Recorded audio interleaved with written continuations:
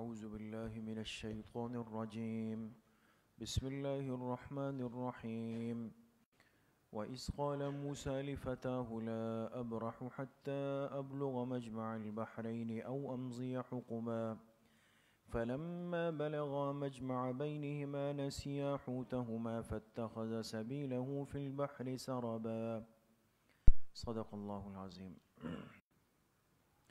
سورۃ الکہف چل رہی ہے اور اس کے 8 رکوع مکمل ہو چکے ہیں۔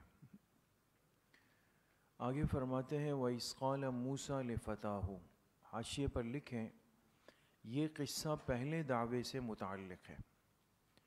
اب جو قصہ آ رہا ہے تیسرا واقعہ ہے۔ پہلا واقعہ اصحاب کہف کا آیا، پھر 2 باغ والے جو بھائی تھے ان کا آیا، اب یہ تیسرا واقعہ کن کا ہے؟ حضرت موسیٰ علیہ السلام اور حضرت خضر علیہ السلام کا۔ یہ قصہ پہلے دعوے سے متعلق ہے۔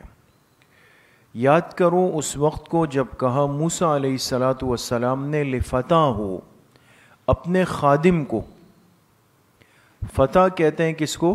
جوان کو۔ تو خدمت کے لیے جو رکھا جائے گا وہ جوان ہونا چاہیے نا۔ اگر خادم جو ہے وہ مالک سے زیادہ بوڑھا ہے تو پھر تو اس کو خدمت کی ضرورت ہے نا، یا نہیں؟ تو جب موسیٰ علیہ السلام نے اپنے خادم سے کہا، بریکٹ میں لکھ کے یوشع ابن نون، یوشع ابن نون یہ ان کے خاص خادم تھے، کیا کہا؟ لا ابرح حتی، میں مسلسل چلتا رہوں گا۔ لا ابرح، اس کے بعد محذوف نکالیں گے اسیرو، اسیرو الف سین یارا، لا ابرح اسیرو کیا ترجمہ ہے؟ میں مسلسل چلتا رہوں گا حتی ابلغ مجمع البحرین، یہاں تک کہ میں پہنچ جاؤں 2 دریاؤں کے ملنے کی جگہ۔ مجمع کہتے ہیں ملاپ کو، ملنے کی جگہ، جہاں 2 سمندر آپس میں مل جائیں گے۔ اس لیے کہ حضرت موسیٰ علیہ السلام کو نشانی بتائی گئی تھی نا کہ آپ جن کی تلاش میں جائیں گے حضرت خضر علیہ السلام کی، تو وہ اس جگہ آپ کو ملیں گے جہاں 2 سمندر آپس میں مل جائیں گے، ان کا پانی مل رہا ہوگا، اس کو مجمع البحرین کہتے ہیں۔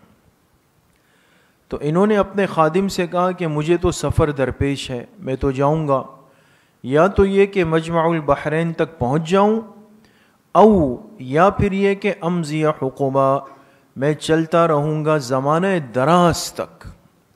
حقبہ زمانہ دراز، یعنی اگر مجھے جلدی نہیں ملا تو میں سفر کرتا رہوں گا، رکوں گا نہیں اپنے مقصد سے۔ فلما بلغا مجمع بینہما، پس جب دونوں پہنچ گئے مجمع بینہما، 2 سمندروں کے ملنے کی جگہ کے پاس، جب دونوں پہنچ گئے 2 سمندروں کے ملنے کی جگہ پر، نسیا حوتہما، بلا دیا دونوں نے اپنی مچھلی کو۔ حوت مچھلی کو کہتے ہیں۔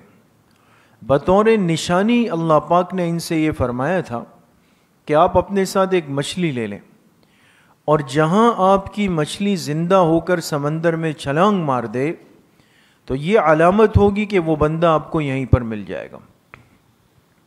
تو انہوں نے ایک مچھلی لی اور اس کو توشدان جو ان کا ٹفن باکس تھا اس میں رکھ دیا۔ اب اس میں دونوں قول ہیں، ایک قول یہ ہے کہ یہ مچھلی تلی ہوئی نہیں تھی، سمجھ کے کچی مچھلی تھی، ایک قول یہ کہ نہیں بالکل تلی ہوئی تھی، اور معجزہ یہی ہونا تھا کہ یہی تلی ہوئی مچھلی زندہ ہو کر سمندر میں چلی جائے گی۔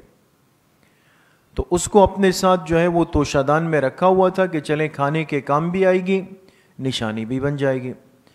تو موسیٰ علیہ السلام نے اپنے خادم سے کہا تھا کہ آپ نے نگاہ رکھنی ہے کہ جہاں اس مچھلی نے چھلانگ لگائی وہاں مجھے فوراً بتا دیجیے گا۔ ٹھیک ہے، لیکن اللہ کا امر تھا۔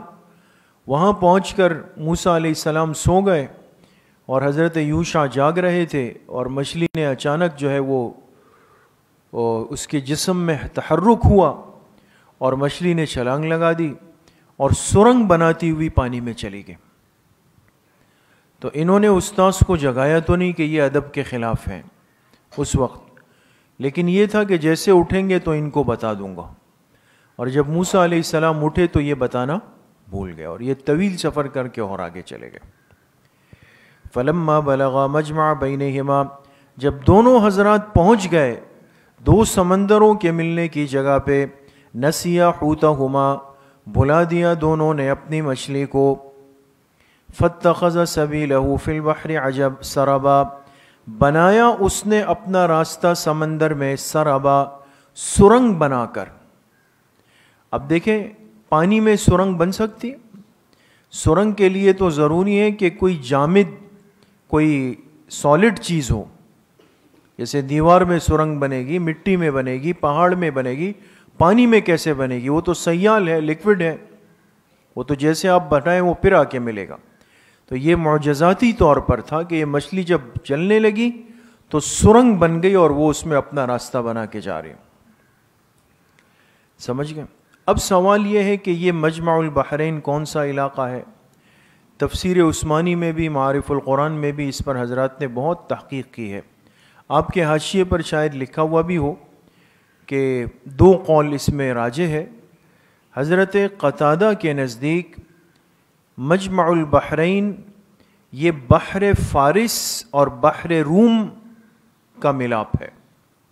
جہاں یہ دو سمندر ملتے ہیں نا، بحر فارس اور بحر روم، یہ حضرت قتادہ کی رائے ہے.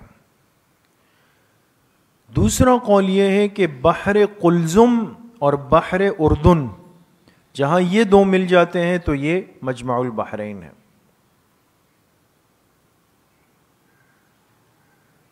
سمجھ میں آ گئے؟ اور بھی اس میں 20 اقوال لکھیں. فلما جاوزا، پس جب دونوں وہاں سے گزر گئے، تجاوز کیا، پار کر لیا اس جگہ کو. جاوزا کتنا آگے گئے؟ فرماتے ہیں 1 دن 1 رات کا سفر ہوا ہے. جاوزا کے نیچے یا حاشیے پر لکھے 1 دن 1 رات کا سفر مزید آگے ہوا ہے. فلما جاوزا، جب دونوں آگے نکل گئے، قال لفتاہ، موسیٰ علیہ السلام نے اپنے خادم سے کہا، خادم کا نام کیا ہے؟ یوشع. اس سے کہا آتنا غداءنا، ہمارے پاس لے آؤ ہمارا ناشتہ. کہتے ہیں اس سے پہلے موسیٰ علیہ السلام کو بھوک محسوس نہیں ہوئی، لیکن وہ جگہ جب نکل گئی نا تو اب احساس ہوا بھوک کا، ورنہ نہیں تھا. لے آؤ ہمارے پاس ہمارا ناشتہ. لقد لقینا من سفرنا ھذا نصبا، یقیناً ہمیں ہمارے اس سفر میں تھکان پہنچ گئی. نصب تھکان، تھکاوٹ. ہمیں کیا پہنچ گئی؟ تھکان پہنچ گئی. اب جب یہ کہا تو اب خادم کے کان کھڑے ہو گئے، او ہو یہ کیا ہو گیا؟ وہ تو قصہ پیچھے رہ گیا، 1 دن 1 رات کا سفر ہو چکا ہے. قالا، تو حضرت یوشع نے فرمایا ارأیت اذ اوینا، ارأیت کہا عجیب بات ہوئی. کیا ترجمہ ہوگا؟ عجیب بات ہوئی. اس لیے کہ اب پتہ تھا کہ استاذ تو گردن سے پکڑیں گے، اور استاذ بھی عام نہیں، حضرت موسیٰ علیہ السلام.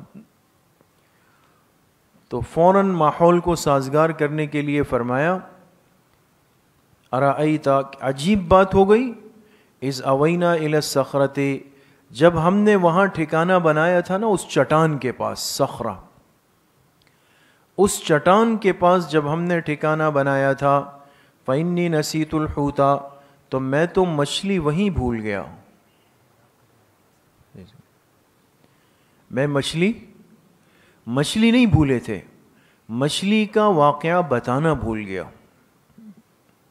سمجھ گئے؟ فإنی نسیت الحوت ای قصۃ الحوت، میں کیا بھول گیا؟ مچھلی کا قصہ آپ کو بتانا بھول گیا کہ وہ تو چھلانگ مار کے چلی گئی ہے. سمجھ گئے؟ اور آگے کہا وما انسانیہ الا الشیطان ان اذکرہ، اور وہ مجھ سے نہیں بھلایا مگر کس نے؟ شیطان نے بھلا دیا کہ میں اس کو یاد دلاؤں، تاکہ حضرت کا سارا غصہ جو ہے شیطان کی طرف جائے. تو کہا مجھ سے وہ بات نہیں بھلائی. انسا ینسی باب افعال ہے نا، اور مجھ سے وہ واقعہ نہیں بھلایا مگر کس نے؟ شیطان نے، ان اذکرہ کہ میں اس کو یاد دلاتا، واتخذ سبیلہ فی البحر عجبا اور اس مچھلی نے تو اپنا راستہ سمندر میں بڑا عجیب و غریب بنایا۔ قال ذلک ما کننا نبغی، قال کا فاعل کون ہے؟ موسیٰ علیہ السلام۔ موسیٰ علیہ السلام نے فرمایا ذالک ما کننا نبغی، یہی تو وہ موقع تھا جس کی ہم تلاش میں تھے۔ ماں کے نیچے لکھے موقع، یہی تو وہ موقع تھا، یہی تو وہ جگہ تھی جس کی ہم کس میں تھے؟ تلاش میں تھے۔ فرتد علی آثارہما قصصا، پس دونوں لوٹ گئے اپنے نشانات پر، آثار نشانات، قصصا نقش دیکھتے ہوئے، اس لیے کہ گیلی مٹی پر نشان بنتے ہیں نا، تو یہ سمندر کے کنارے کنارے چل رہے ہیں، تو یہ آسانی ہو گئی کہ ان کو اپنے پیروں کے نقش پر پیچھے جانا آسان ہو گیا۔ فرتدا، دونوں لوٹ گئے، علی آثارہما، اپنے نشانات پر، قصصا، کیا دیکھتے ہوئے؟ نقش۔ نقش کس چیز کے؟ پیروں کے۔ فوجد عبدا من عبادنا، اب چلتے چلتے چلتے اسی جگہ پہ آ گئے جہاں کل آرام کیا تھا، 24 گھنٹے پیچھے آ گئے۔ بند کا دائیں بائیں کے دروازے بند کر دیں۔ فوجد عبدا من عبادنا، دونوں نے پایا ایک بندے کو، من عبادنا، ہمارے بندوں میں سے۔ عبادنا کے نیچے لکھے حضرت خضر علیہ السلام۔ جب آئے دیکھا کہ وہاں ایک صاحب لیٹے ہوئے ہیں اور چادر اوڑی ہوئی ہے، بخاری شریف میں روایت ہے، چادر اوڑھ کے کوئی لیٹے ہوئے ہیں، تو سمجھ تو گئے کہ یہی، اور تو کوئی ہے نہیں یہاں پہ۔ تو موسیٰ علیہ السلام جب پہنچے کہا السلام علیکم، سلام کیا، تو انہوں نے کہا کہ ان السلام، یہاں سلام کیسے آ گیا؟ یہاں سلام کی آواز کیسے آ گئی؟ اس لیے کہ اطراف کے سارے علاقے کافروں کے تھے۔ جہاں حضرت خضر علیہ السلام تھے نا، تو وہاں مسلمان نہیں تھے، تو سلام تو اسلام کی خصوصیت ہے نا، تو اس لیے انہوں نے پوچھا کہ سلام کہاں سے؟ انہوں نے فرمایا میں ہوں، میں آیا ہوں۔ فوجد عبدا من عبادنا، ہمارے ایک بندے کو پایا ہمارے بندوں میں سے، آتیناہ رحمتا من عندنا، جنہیں ہم نے دی تھی خاص رحمت۔ رحمتن کے نیچے لکھے نبوت، کیا لکھیں گے؟ نبوت دی تھی، من عندنا، اپنی طرف سے۔ یہاں حاشیے پر لکھے کہ بعض حضرات نے فرمایا کہ حضرت خضر علیہ السلام جو ہے وہ من قبیل الملائکہ تھے، فرشتے تھے، لیکن یہ درست نہیں، فرشتے نہیں تھے، نورانی مخلوق نہیں تھے۔ صحیح قول یہ ہے کہ انسان تھے، اور پھر راجح یہ ہے کہ نبی تکوینی تھے، نبی تکوینی، تشریعی پیغمبر نہیں ہے جن پر احکامات اترتے ہیں، بلکہ کیا تھے؟ نبی تکوینی پیغمبر تھے۔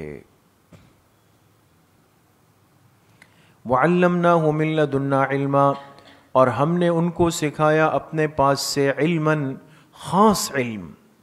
حضرت خضر علیہ السلام کے پاس خاص علم تھا، بریکٹ میں لکھے اسرار کونیہ، اسرار کونیہ،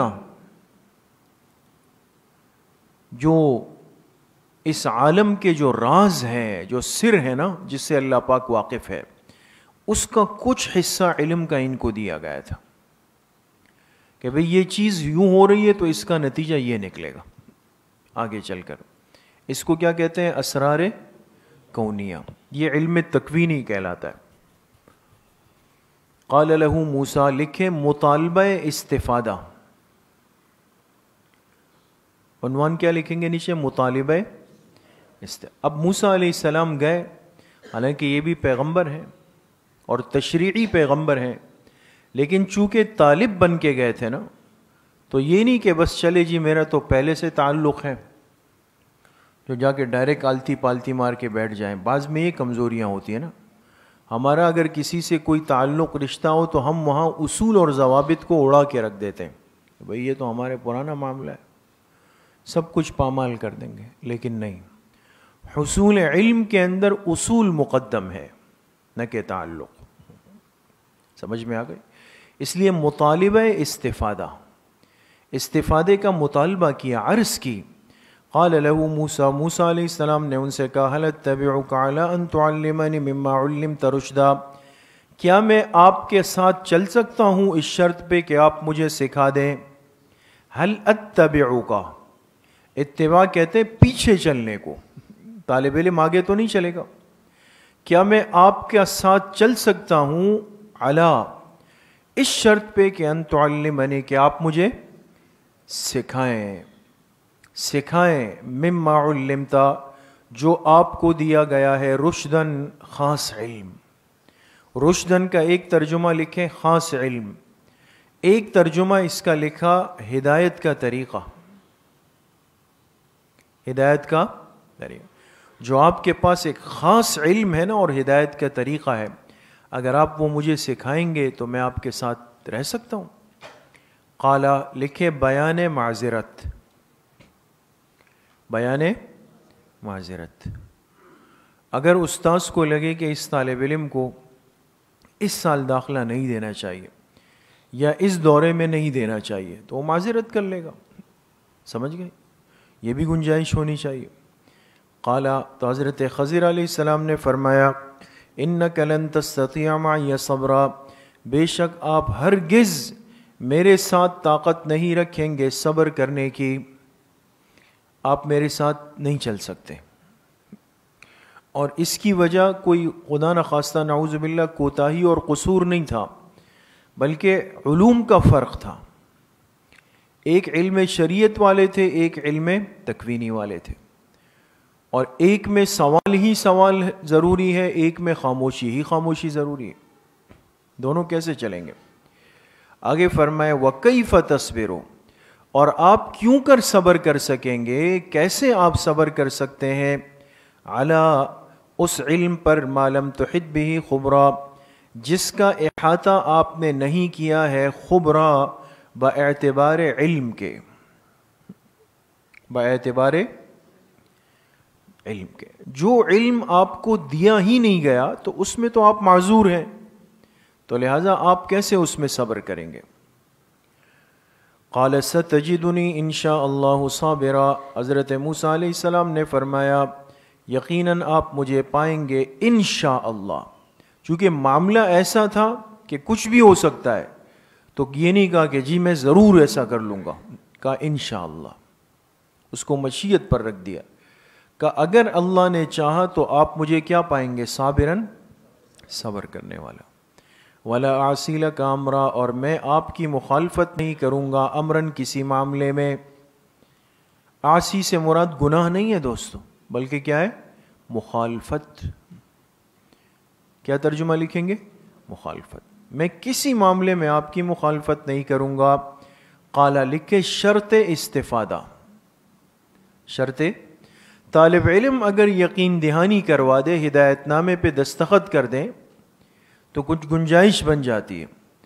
تو اب استاذ کہے کہ اچھا بھائی دے رہے داخلہ، لیکن آپ کو اس بات کا، اس بات کا، اس بات کا خیال رکھنا ہوگا، ٹھیک ہے. تو حضرت خضر علیہ السلام نے استفادے کے لیے شرط رکھی، اور ایک ہی شرط تھی. قال، فرمائے فَإِنِ اتَّبَعْتَنِي، اگر آپ نے میری اتباع کرنی ہے، فَلَا تَسْأَلْنِي عَنْ شَيْءٍ، تو آپ مجھ سے کسی چیز کے بارے میں سوال نہیں کریں گے، آپ مجھ سے کسی چیز کے بارے میں سوال نہیں کریں گے. حَتَّى أُحْدِثَ لَكَ مِنْهُ ذِكْرًا، یہاں تک کہ میں بیان کر دوں. احدث کے نیچے لکھے ابتداءً، کیا لکھیں گے، یہاں تک کہ میں خود سے ابتداءً بیان کر دوں آپ کو، منہ، اس معاملے کا، ذکراً، کچھ تذکرہ. میں خود اگر تذکرہ کروں تو الگ بات ہے، آپ نے نہیں پوچھنا ہے مجھ سے. سمجھ گئے؟ استاذ صاحب فرماتے ہیں حاشیے پر فلا تسألنی میں کہ بزرگوں نے لکھا ہے کہ استاذ سے سوال ضرور کرو، لیکن مرشد سے سوال بالکل مت کرو. استاذ سے سوال ضرور کرو، اس لیے کہ علم آئے گا نا، علم کے حصول کے لیے. تو ادب کے دائرے میں رہتے ہوئے انسان سوال ضرور کرے، اس میں بھی بے ادبی نہ ہو یا کوئی فاسد نیت نہ ہو.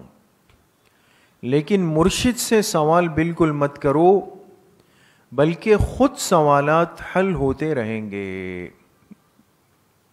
بلکہ خود سوالات حل ہوتے رہیں گے. انسان تھوڑا جلد باز ہے نا، ایک ہی دن میں یہ چاہتا ہے سارے مراتب طے ہو جائیں. تو اسی لیے کہتے ہیں کہ بھئی انسان مناسبت پیدا کرنے کے لیے کچھ وقت پہلے گزار لیں. تو مجلس میں آتے آتے اس کو اپنے سوالات کے جوابات ملتے چلے جاتے ہیں. اللہ والوں کی یہی شان ہے دوستو. انسان جتنی باتیں دل میں رکھ کر جاتا ہے، ایسا نہیں ہے خدا نخواستہ جو اہل بدعت کا عقیدہ ہے کہ آپ گئے اور شیخ نے آپ کے دل کی بات کو ہی اس دن موضوع بنا کے بیان کر دیا. ہوتا ہے تو اہل بدعت کہتے ہیں کہ دیکھیں تو پہنچی ہوئی سرکار ہے، سب چیزیں ان کو پہلے سے پتہ چل گئی. تو وہ تو عقیدے کی خرابی ہو جائے گی. اس لیے ہمارے اکابر فرماتے ہیں کہ یہ فراست قلبی ہے. فراست اتقوا فراست المؤمن فإنه ينظر بنور اللہ. تو انسان کا ایمان جتنا اعلیٰ ہوتا ہے اتنا فراست ترقی کرتی چلی جاتی ہے. تو اللہ والے جو حقیقتاً صالحین ہوتے ہیں ان کا دل اتنا ہی مجلہ ہوتا ہے، صاف ہوتا ہے، کیفیات کا عکس پڑتا ہے اس طرف. بات سمجھ میں آ گئی؟ تو اگر آج ہم جیسا ایک عام آدمی، کمزور آدمی، آپ دیکھیں اگر آپ کا کوئی ساتھی ابھی کلاس میں آئے اور ایسے منہ لٹکا کے اور ایسے بیٹھا ہوا ہے تو آپ پہ ایک بوجھ ہے. کیا ہوا بھائی؟ کیا مسئلہ ہوا ہے؟ گھر میں ہوا ہے، والدین نے کچھ کہا، استاذ نے کچھ کہا. اس ساتھی کی کیفیت ہم پر اثر انداز ہو جاتی ہے نا. تو یہ تو ایک کیفیت کا عکس انسان پر آ جاتا ہے. تو یہی معاملہ ہوتا ہے. انسان جب طلب صادق کے ساتھ کسی اللہ والے کے پاس جاتا ہے تو اس کی کیفیات کا عکس پڑتا ہے. تو اکثر و بیشتر ایسا ہوگا کہ آپ کے دل میں کوئی اشکال ہے، کوئی سوال ہے، وہ خود بخود اس دن کی مجلس میں درمیان میں آ جائے گا. سمجھ میں آ گئی؟ اور یہ ہوتا ہے دوستو. ہمارے حضرت شیخ مفتی رشید احمد صاحب رحمۃ اللہ علیہ، ان میں ہم نے خود دیکھا اور اپنے بڑوں سے بھی سنا کہ یہ عجیب کمال تھا کہ دل میں کوئی اشکال اور سوال ہوتا تھا نا، کوئی بھی بات ہے، کوئی اس طرح کی یا دینی مسئلہ ہے، تو اس دن کی مجلس میں موضوع کی مناسبت سے کوئی نہ کوئی بات ضرور آ جاتی تھی. بالکل بات صاف ستھری ہو جاتی تھی. ہو جاتا ہے. سمجھ گئے دوستو؟ فانطلقا، دونوں چل پڑے. نیچے لکھیں پہلا واقعہ. اب کتنے واقعات پیش آئیں گے ان حضرات کو؟ 3 واقعات پیش ہیں. داخلہ مل گیا، طالب علم بن گئے، چل پڑے دونوں. فانطلقا، دونوں چل پڑے. حتی اذا رکبا فی السفینہ، یہاں تک کہ دونوں سوار ہو گئے ایک کشتی میں. کشتی میں بیٹھ گئے. پہلے یہ دونوں حضرات گئے، دیکھا بھائی کوئی کشتی نہیں ہے. کافی دیر تک ساحل پر کھڑے ہوئے، اتنے میں ایک کشتی آ گئی. انہوں نے دیکھا، انہوں نے کہا اوہ یہ تو ہمارے حضرت ہیں یہاں پہ. حضرت خضر علیہ السلام کو تو لوگ پہچانتے تھے، تو ان کو تو کہا بھئی یہ تو ہمارے حضرت ہیں. تو ان کو بٹھایا تو موسیٰ علیہ السلام کو بھی بٹھا دیا وہاں پہ. اور جب کرائے لینے کے لیے وہ ساتھی آیا تو ان حضرات سے کہا نہیں آپ حضرات کرایہ مت دیں. تو یہ زمانہ قدیم سے امام صاحب مفت ہے نا، اللہ کا کرم ہے. یہ تو اللہ کے انعامات میں سے ہے. آپ دین سے جڑ جائیں. ہمارے حضرت مولانا عطاء الرحمن صاحب شہید رحمۃ اللہ علیہ فرمایا کرتے تھے، کلما دخل علیہا زکریا المحراب وجد عندہا رزقا. فرماتے تھے یہ محراب ایسی جگہ ہے جہاں رزق اللہ پاک پہنچاتے ہیں. اور واقعی ایسا ہے، حقیقتاً ایسا ہے. آپ بشرطے کہ انسان تقوی اور طہارت کے ساتھ ہو. آج کل نوجوان طلبہ فضلہ ہم لوگ ماوے گھٹکے اور یہ چیزیں کھاتے ہیں، اور پھر یہ بھی چاہتے ہیں کہ مقتدی اور اہل محلہ میرا ادب اور احترام کرے جیسے ہمارے بڑوں کا اور والد صاحب کا اور دادا صاحب کا کرتے تھے. بالکل نہیں کریں گے وہ آپ کا. آپ نے جب اپنے ظاہر اور باطن کو صاف نہیں رکھا ہے، وہ تو ان کے سامنے ہے نا. سمجھ گئے؟ خود بننا پڑتا ہے، خود محنت کرنی پڑتی ہے. تو خیر انہوں نے ایک تو یہ کہ اس دن پہلے سے سواریاں اور گاڑیاں اور کشتیاں شارٹ تھی، ان کو بٹھا بھی دیا، پھر کرایہ بھی نہیں لیا. لیکن حضرت خضر علیہ السلام نے کیا کیا کہ جب کشتی میں بیٹھ گئے، خرقہا، خرق کہتے ہیں پھاڑ دینے کو، کشتی کا ایک تختہ تھا، کھڑے ہو کر کے اس کو پھاڑ دیا، یعنی اس کو توڑ دیا، کشتی کا ایک تختہ توڑ دیا۔ قالا، لکھے تنقید موسیٰ، تنقید، ظاہر سی بات ہے یہ تو بالکل ایک نامناسب، غیر معقول اور غیر شرعی بات تھی، موسیٰ علیہ السلام سے برداشت نہیں ہوا۔ انہوں نے فرمایا اخرقتها لتغرق اہلها، کیا آپ نے کشتی کا تختہ توڑ دیا تاکہ کشتی والے غرق ہو جائیں؟ ہم سب کو ڈبونا چاہتے ہیں سمندر میں۔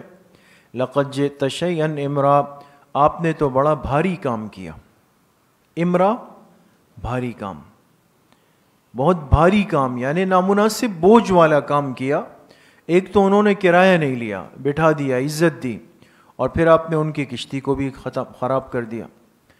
قال الم اقل انک لن تستطیع معی صبرا، حضرت خضر علیہ السلام نے فرمایا الم اقل، کیا میں نے نہیں کہا تھا کہ بے شک آپ ہرگز میرے ساتھ طاقت نہیں رکھیں گے، صبرا، ضبط کی، کس کی؟ ضبط، ضاد با طاء، سمجھ میں آگے؟ کہا کہ آپ میرے ساتھ ضبط کی طاقت، میں نے تو کہا تھا۔ قال لا تؤاخذنی، ان کو یاد آ گیا موسیٰ علیہ السلام کو، سوال تو کرنا نہیں ہے، تو کہا لا تؤاخذنی بما نسیت، کہا آپ میری گرفت نہ فرمائے، میرا مواخذہ نہ فرمائے جو میں بھول جاؤں، بھول سے ہو گیا، میری گرفت نہ کریں جو میں بھول گیا۔ ولا ترہقنی من امری عسرا، اور نہ ڈالیے مجھ پر میرے اس معاملے میں عسرا، تنگی یا سختی، دونوں ترجمے ہو سکتے ہیں۔ اور من کے نیچے لکھے فی، یہ حرف من کس کے معنی میں؟ فی امری، آپ مجھ پر میرے اس معاملے میں سختی نہ ڈالیے، سمجھ گئے؟ فانطلقا، پھر دونوں چل پڑے، یہ دوسرا واقعہ ہے، دونوں چل پڑے، حتی اذا لقیا غلاما، یہاں تک کہ دونوں نے پایا ایک لڑکے کو، ایک جگہ پہنچے دیکھا بچے کھیل رہے ہیں، اور ان میں ایک خوبصورت بچہ بھی تھا، غلاما، نیچے لکھے جیسور، اس لڑکے کا نام کیا تھا؟ جیسور، جیم کے ساتھ۔ فقتلہ، حضرت خضر علیہ السلام نے اس کو قتل کر دیا۔ قتل بھی کیسے کیا کہ اس بچے کو پکڑا اور سر اور دھڑ کیا کر دیا؟ الگ کر دیا، جیسے وہ گڑیا ہوتی ہے نا، اس کا سر ادھر سے الگ کر دیا، ختم۔ تو وہ تو پیغمبرانہ طاقت تھی، اس میں تو وقت نہیں لگا، تو دھڑ اور سر جسم سے بالکل جدا جدا ہوگا، قتل۔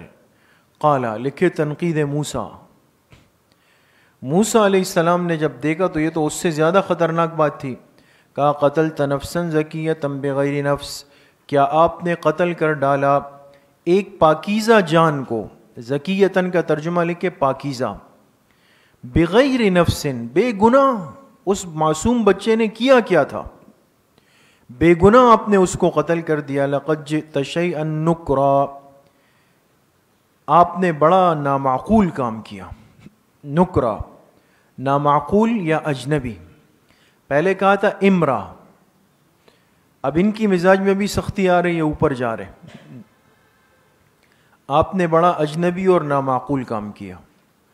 قالا، لکھے جواب خضر، حضرت خضر علیہ السلام کا جواب، قال الم اقل لکا، دیکھیں یہ فرق ہے، پہلی دفعہ میں انہوں نے کہا تھا الم اقل، اس لیے کہ پہلی غلطی بھول سے ہو جاتی ہے، تو اس میں یہ نہیں کہا کہ میں نے آپ سے نہیں کہا تھا، یہ نہیں کہا میں نے تو کہا تھا، لیکن اب چونکہ دوسری مرتبہ ہوئی تو اب ڈائریکٹ ان کو مخاطب کیا، الم اقل لکا، کیا میں نے آپ سے نہیں کہا تھا کہ انک لن تستطیع معی صبرا، کہ بے شک آپ ہرگز میرے ساتھ طاقت نہیں رکھیں گے، صبرا، برداشت کرنے کی، ضبط اور برداشت کی طاقت نہیں رکھیں گے۔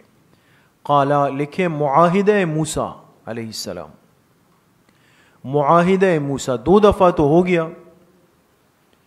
خلاف ورزی ہو گئی، تو اب تیسرا موقع تھا، اس لیے موسیٰ علیہ السلام سمجھ گئے کہ بھئی اب بار بار استاذ کے ساتھ تو ایسا کرنا ٹھیک نہیں ہے، تو خود ہی ایک اصول طے کیا اور کہا ان سألتک عن شیء بعدہا، اگر میں نے آپ سے اس کے بعد کوئی سوال کیا بعد ہا کے نیچے لکھے وعدہ،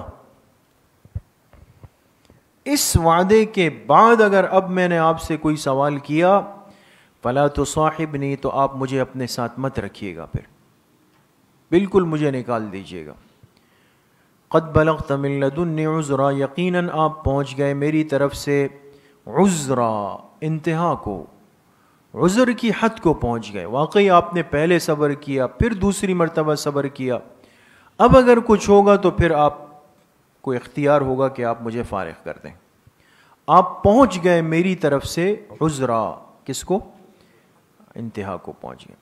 فانطلقا، لکھے تیسرا واقعہ، پھر دونوں چل پڑے، حتی اذا اتیا اہل قریۃ استطعما اہلہا، یہاں تک کہ دونوں آئے ایک بستی والوں کے پاس۔ قریہ کے نیچے لکھے ایلہ یا انطاکیہ، یہ اس جگہ کا نام ہے، ایلہ یا انطاکیہ، طا کے ساتھ ہوگا، طا، انطاکیہ۔ چلتے چلتے رات ہو گئی، ایک بستی میں پہنچے، یہ انطاکیہ کی بستی تھی، بھوک بھی لگی ہوئی تھی، مسافر بھی تھے۔ اس زمانے کے عرف اور رواج کے مطابق مسافر کا اکرام کرنا اہل علاقہ پر ایک حق ہوا کرتا تھا۔ تو استطعما اہلہا، بستی والوں سے کھانا مانگا کہ بھئی ہمارے کھانے کا انتظام کریں۔ فَأَبَوْا أَن يُضَيِّفُوهُمَا، ابو کیا مانے؟ انہوں نے انکار کیا ان کی مہمان نوازی کرنے سے۔ وہ بالکل ابخل الناس تھے، ابخل الناس سمجھتے؟ دنیا کے سب سے بخیل ترین لوگ یہ تھے، مشہور تھے یہ لوگ۔ انہوں نے صاف انکار کیا کس سے؟ مہمان نوازی کرنے۔ بعد میں کہتے ہیں جب یہ تو قرآن کی آیت بن گئی، تو حضرت عمر رضی اللہ عنہ جب امیر المومنین بنے تو اب یہ لفظ تو قرآن میں شامل تھا، تو یہ انطاکیہ کے لوگوں پر بڑا ایک بوجھ تھا کہ بھئی تو ساری دنیا جب یہ جگہ پڑتی ہے تو ہماری مذمت ہوتی ہے۔ تو یہ حضرت عمر رضی اللہ عنہ کے پاس آئے اور ان سے کہا کہ امیر المومنین آپ ایک مہربانی فرما لیں، یہاں تھوڑا سا جو ہے نا اس لفظ کو آگے پیچھے کر دیں۔ کیسے کر دیں؟ کہا فَأَبَوْا کو فَأَتَوْا کر دیں۔ اتو کیا مطلب؟ وہ جلدی سے آئے مہمان نوازی کرنے کے لیے، لپکتے ہوئے آئے، تاکہ لوگوں کے ذہنوں سے ہمارے بخل کا وہ مٹ جائے۔ اور تو آپ یہ کر دیں، بس ایک نقطہ نیچے والا مٹائے، اوپر دو نقطے لگا دیں، اور ہم اتنا مال آپ کو دے دیں گے۔ تو حضرت عمر رضی اللہ عنہ نے فرمایا کہ مال تو دے دو اگر دینا ہے، باقی آیت میں کوئی تبدیلی نہیں ہوگی، مال جمع کرانا ہے تو کرا دو۔ تو انہوں نے انکار کیا مہمان نوازی سے۔ فوجد فیہا جدارا یرید، پھر دونوں نے پایا ایک دیوار کو، یرید ان ینقض، جو گرنے لگی تھی۔ اب دونوں حضرات جا کے ایک درخت کے نیچے بیٹھ گئے، تھکے ماندے، کسی نے پوچھا نہیں۔ اچانک دیکھا سامنے ایک دیوار جھک گئی ہے اور قریب ہے کہ گر جائے۔ تو جیسے ہی یہ دیکھا فاقامہ، تو حضرت خضر علیہ السلام نے جا کے اس دیوار کو سیدھا کر دیا۔ لکھیں بریکٹ میں خرق عادت، انہوں نے جا کے ہاتھ ایسا کیا اور وہ دیوار سیدھی کھڑی ہو گئی۔ تو دیوار کو کیا کر دیا؟ سیدھا کر دیا، خرق عادت کے طور پہ۔ تو ایک تو بھوک لگی تھی پہلے سے، سفر کی تھکاوٹ، پھر ان لوگوں کا انکار، وہ ساری باتیں موسیٰ علیہ السلام کے دماغ میں غصہ بن کر جمع ہوئی تھی، اور یہاں حضرت خضر علیہ السلام نے ان کی خدمت کر لی،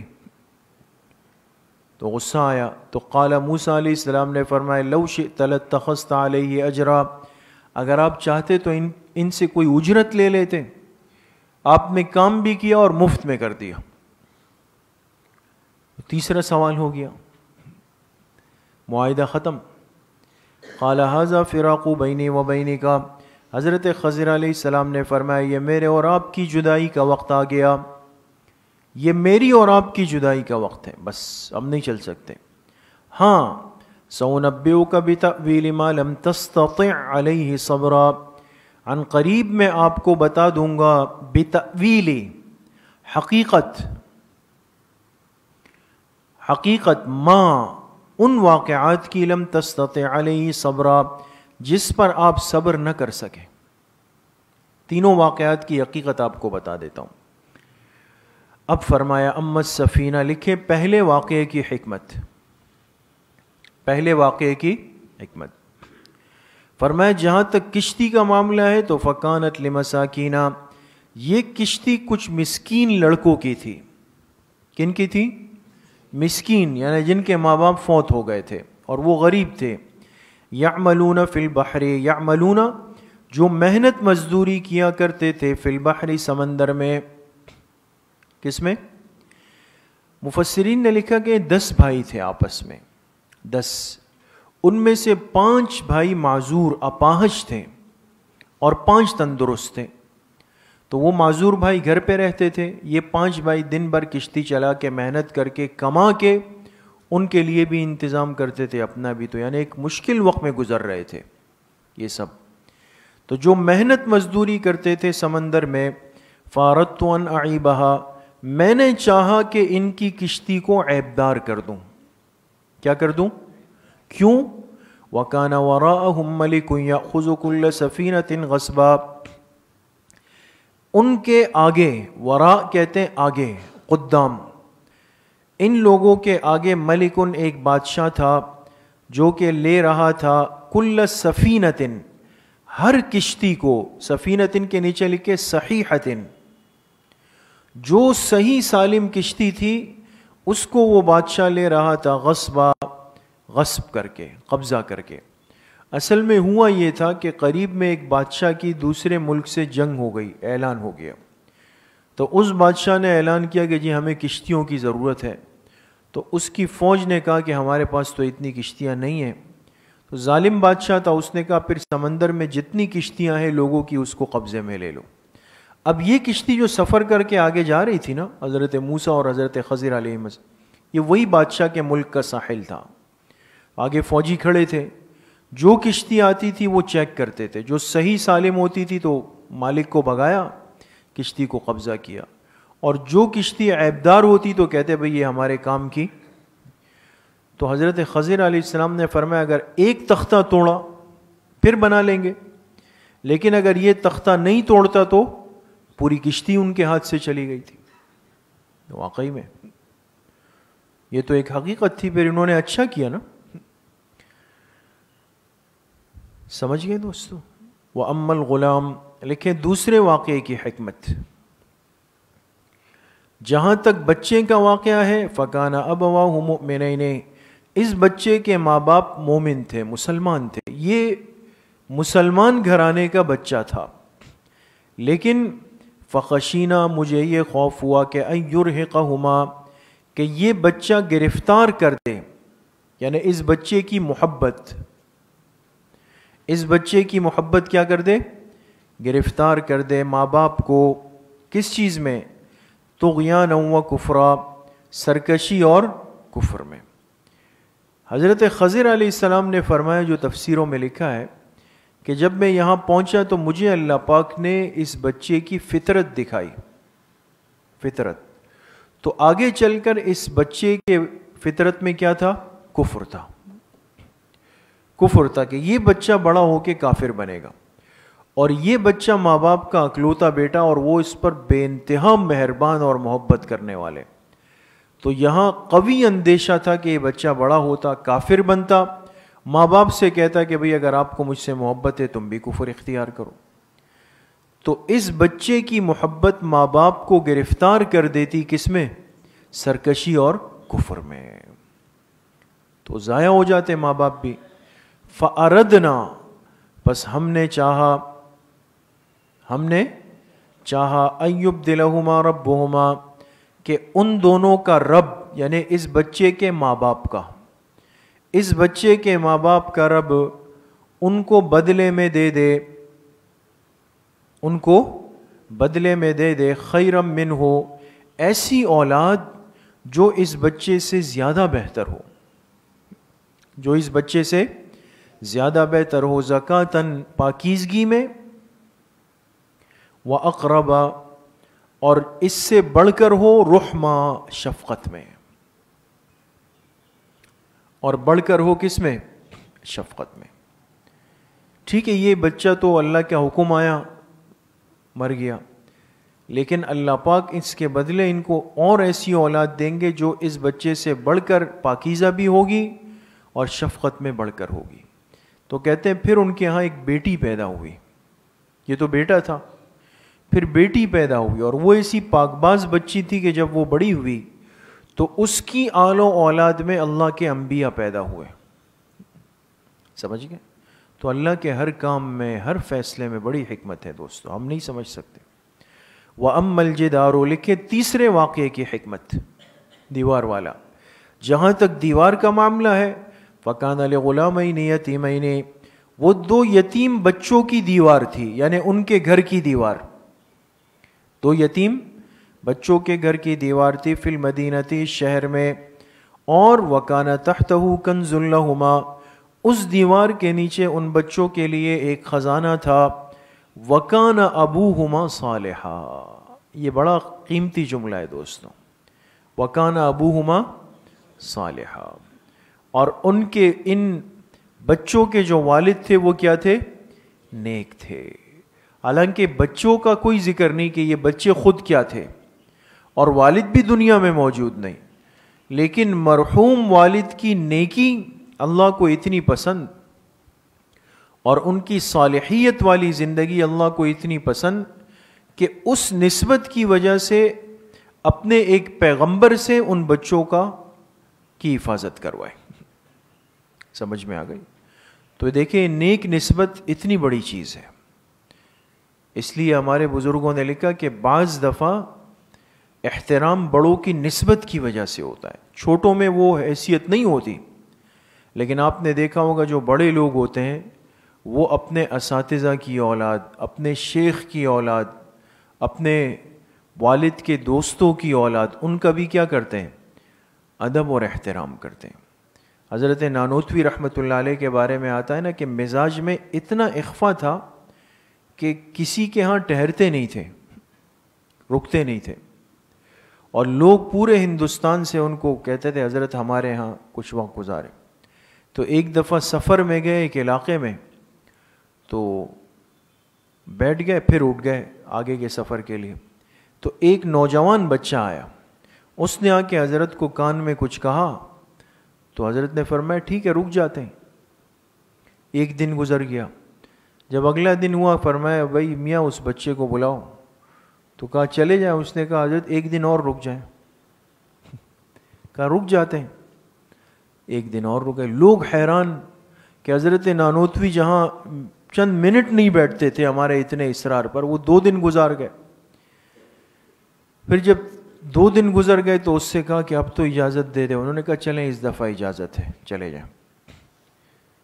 تو کسی نے پوچھا حضرت یہ تو بڑے بڑے اکابر علماء آپ سے کہتے ہیں، تو کہا کہ یہ جو علاقہ ہے یہاں کے ایک استاد سے میں نے پڑھا تھا، یہ اس استاذ کے بیٹے ہیں، تو استاذ زادے نے جب کہا تو پھر تو میں انکار نہیں کر سکتا تھا۔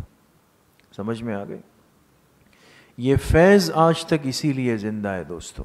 نام لینا آسان ہے لیکن ان جیسا بننا آسان نہیں، وہ تو نسبتوں کا احترام کرنے والے لوگ تھے۔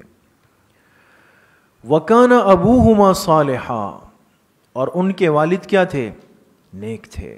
فَأَرَادَ رَبُّكَ، پس آپ کے رب نے چاہا، أَن يَبْلُغَا أَشُدَّهُمَا، کہ یہ دونوں بچے پہنچ جائیں اپنی طاقت کو، اپنی، اس سے مراد کیا ہوگی دوستو؟ بلوغ نا، بلوغ کے زمانے کو۔ وَيَسْتَخْرِجَ كَنْزَهُمَا، اور یہ دونوں بڑے ہو کر کیا کریں؟ اپنے اس خزانے کو نکال لیں۔ جب بڑے ہو جائیں گے گھر کی تعمیر کریں گے تو کام ہو جائے گا۔ اب اگر ہم دیوار نہ بناتے، صبح گر جاتی، تو وہ تو یتیم بچے تھے، تو علاقے کے لوگ آ کے کیا کرتے؟ لے جاتے، اس کو لوٹ کر لے جاتے۔ اب یہ خزانہ کیا تھا؟ کنز جو فرمایا، کہتے ہیں اس خزانے میں ایک سونے کی تختی تھی۔ سونے کی کیا تھی؟ تختی، ایک سونے کی تختی تھی، اور اس پہ 7 نصیحتیں لکھی ہوئی تھی، 7 نصیحتیں، اور ان 7 میں سے سب سے جو پہلا نمبر تھا، نمبر 1 پر کیا لکھا ہوا تھا؟ بسم اللہ الرحمن الرحیم، پہلے نمبر پہ، اور آخری نمبر پر لکھا ہوا تھا لا الہ الا اللہ محمد الرسول اللہ۔ حضور علیہ السلام تو کب دنیا میں تشریف لائے، لیکن آپ کے نام کا تذکرہ دیکھیں کب سے دنیا میں، سمجھ گئے؟ رحمتم من ربک، نظر آ رہا ہے دوستو؟ رحمتم، اس رحمتن کو نسب کس نے دیا؟ اس پر زبر کیسے آیا ہے دوستو؟ جی محذوف کیا نکالیں گے؟ فعلت ما فعلت، رحمتن سے پہلے محذوف نکالیں گے، یعنی جملہ نکالیں گے کون سا؟ فعلت ما فعلت، یہ جو کچھ جو میں نے کیا نا، یہ جو پیچھے 3 واقعات ہوئے، جو کچھ جو میں نے کیا، فعلت رحمتا من ربک، میرا یہ کرنا آپ کے رب کی خاص رحمت سے تھا۔ جو کچھ میں نے کیا، میرا یہ کرنا آپ کے رب کی خاص رحمت سے تھا۔ آگے فرمائے وما فعلته عن امری، اور میں نے نہیں کیا عن امری، امری ای اختیاری، اپنے اختیار سے نہیں کیا میں نے، اپنے اختیار سے۔ اس سے کیا بات متعین ہو گئی؟ چاہے نبی اور پیغمبر تشریعی ہو یا تکوینی ہو، ان کا کوئی بھی کام ذاتی اور اختیاری نہیں ہوتا، وہ بھی اللہ کے حکم کے پابند اور محتاج ہوا کرتے ہیں، سمجھ گئے؟ ذالک تأویل، اب جب تینوں باتیں کہہ دی تو اب حضرت خضر علیہ السلام نے فرمایا یہ حقیقت تھی، یہ حقیقت تھی، ما ان باتوں کی لم تستطع علیہ صبرا، جس پر آپ صبر کی طاقت نہ رکھ سکے، صبر کی طاقت نہ رکھ سکے۔ وَيَسْأَلُونَكَ عَنْ ذِي الْقَرْنَيْنِ، حاشیے پر لکھیں یہ قصہ چوتھے دعوے سے متعلق ہے۔ اب آخری قصہ آ گیا، ذوالقرنین کا قصہ آ گیا دوستو، ذوالقرنین کا۔ یہ لوگ آپ سے پوچھتے ہیں ذوالقرنین کے بارے میں۔ ایک سوال یہ بھی تھا، یہود نے جو سکھائے تھے نا سوالات مشرکین کو، سے پوچھے کہ ایک بادشاہ گزرا ذوالقرنین، یہ کون تھا اور اس کا کیا قصہ ہے؟ تو یہ ایک بادشاہ گزرا ہے۔ اب یہ کہ یہ بادشاہ کون تھا، بعض نے اس کو سکندر اعظم کہا، جو مشہور بادشاہ دنیا میں گزرا ہے نا سکندر اعظم کا، یہ اس کا قصہ ہے، لیکن یہ بالکل غلط ہے، اس لیے کہ سکندر اعظم جو تھا یہ تو آگ پرست تھا، کافر مشرک تھا، اور یہ جس کا تذکرہ ہے یہ تو مسلمان موحد بادشاہ ہے، تو سکندر اعظم تو نہیں ہے۔ علامہ ابن کثیر رحمۃ اللہ علیہ نے لکھا کہ یہ حضرت ابراہیم علیہ السلام کے ہم زمان تھے، حضرت ابراہیم علیہ السلام کے ہم زمان تھے، زمان، ہاں زبان نہیں، ہم زمان تھے، اور ان کے وزیر حضرت خضر علیہ السلام تھے، چونکہ ابھی ان کا قصہ بھی گزرا نا، یہی قول راجح ہے۔ تو یہ وہ ان 2 مسلمان بادشاہوں میں سے ایک ہے کہ جنہوں نے اپنے وقت میں پوری دنیا پر اکلوتی بادشاہت کی، پوری دنیا پر۔ ایک تو حضرت ذوالقرنین ہو گئے اور دوسرے حضرت سلیمان علیہ السلام، اور 2 کافر بادشاہ جنہوں نے پوری دنیا پر کی، ایک نمرود اور ایک بخت نصر، سمجھ گئے؟ بخت نصر ہے ایک بات۔ دوسری بات یہ کہ ذوالقرنین اس کو کیوں کہا گیا؟ قرن آپ نے پڑھا ہے کہ قرن کہتے ہیں سینگ کو، 2 سینگوں والے، تو اس کے تو سینگ نہیں تھے، اب اس کو ذوالقرنین کیوں کہا؟ ایک قول یہ ہے کہ یہ ہر وقت اپنے بالوں کو 2 چوٹیوں میں تقسیم کر کے رہتے تھے، بالوں کو ایسے بانٹ کر 2 چوٹیاں بناتے تھے، تو ایسا لگتا تھا کہ جیسے 2 سینگ بنے ہوئے، سمجھ میں آ گئے؟ تو ذوالقرنین جس کے بالوں کی 2 چوٹیاں بنی ہوئی ہیں، وہ اس میں لکھا ہے نا، وہ جو عربی لطائف کی کتاب ہے نا، کہ ایک بڑا مشہور وہ گزرا ہے نا مجذوب عرب میں، تو بچے اس کو ستاتے تھے، تنگ کرتے تھے اس کے پیچھے، یہ ان سے بھاگتا تھا بیچارہ. تو ایک دن وہ بچوں کی پوری ٹیم اس کے پیچھے لگ گئی، وہ مجذوب بھاگنے لگا. چلتے چلتے جب وہ کوئی جگہ نہیں ملی تو ایک گھر کا دروازہ تھوڑا سا کھلا ہوا تھا، تو وہ مجذوب گھر کے اندر چلا گیا. اندر دیکھا کہ ایک آدمی بالوں میں کنگھی کر رہا ہے اس گھر میں، اور بڑے بڑے بال ہیں، اور اس نے کنگھی کر کے ایک چوٹی ایسی بنائی ہوئی ہے اور ایک چوٹی ایسی بنائی ہوئی ہے، بڑے بڑے بال ہیں. تو اندر آدمی نے دیکھا کہ بھئی اجنبی اندر آیا، تو اس نے پوچھا بھئی کون ہو، کیا کر رہے ہو؟ تو اس مجذوب نے کہا یا ذا القرنین ان یأجوج و مأجوج مفسدون فی الارض. کہا اے ذو القرنین، باہر یاجوج و ماجوج نے فساد مچایا ہوا ہے. قرآن کی آیت سے استدلال کیا نا. تو ایک قول تو یہ ہے کہ اس کی 2 بالوں کی چوٹیاں تھیں. اچھا، دوسرا قول یہ ہے کہ ذوالقرنین کہا اس لیے کہ یہ 2 دنیا کی دونوں سمتیں جو مشرق و مغرب ہے اس پر غالب آیا. اس پر کیا ہوا؟ غالب آیا، یعنی پوری دنیا کا بادشاہ بنا. تیسرا قول ہمارے صوفیاء کرام کا ہے. صوفیاء کرام وہ فرماتے ہیں کہ اللہ پاک نے ان کو علم ظاہر اور علم باطن دونوں سے نوازا تھا. علم ظاہر بھی تھا اور علم باطن بھی تھا. ایک قول یہ ہے کہ قدرتی طور پر جو اس کے سر پہ 2 نشان سے بنے ہوئے تھے، جیسے سینگ ہوتے ہیں نا جانور کے، تو اس کے سر کے دونوں جانب ایسے نشان سے بنے ہوئے تھے. دور سے ایسا لگتا تھا جیسے چھوٹے چھوٹے کیا ہے، سینگ سے. اس وجہ سے ذوالقرنین ہوا.